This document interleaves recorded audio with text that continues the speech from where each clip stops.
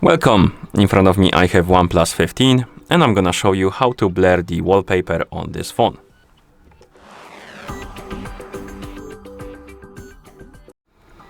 So first let's open the edit menu for our wallpaper, and to do that press and hold on the current wallpaper on any free space basically on it.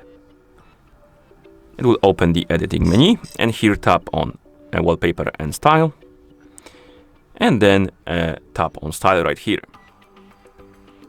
And right here we can select different styles of filter, but let's leave it on original for now.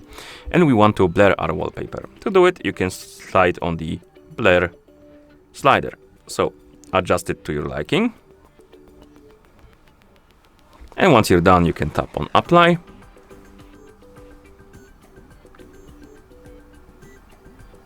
And the wallpaper will be blurred. So if we exit this menu, it should be blurred now. And that's how you blur the wallpaper on this phone. Thank you for watching. If you found this video helpful, please consider subscribing to our channel and leaving a like on the video.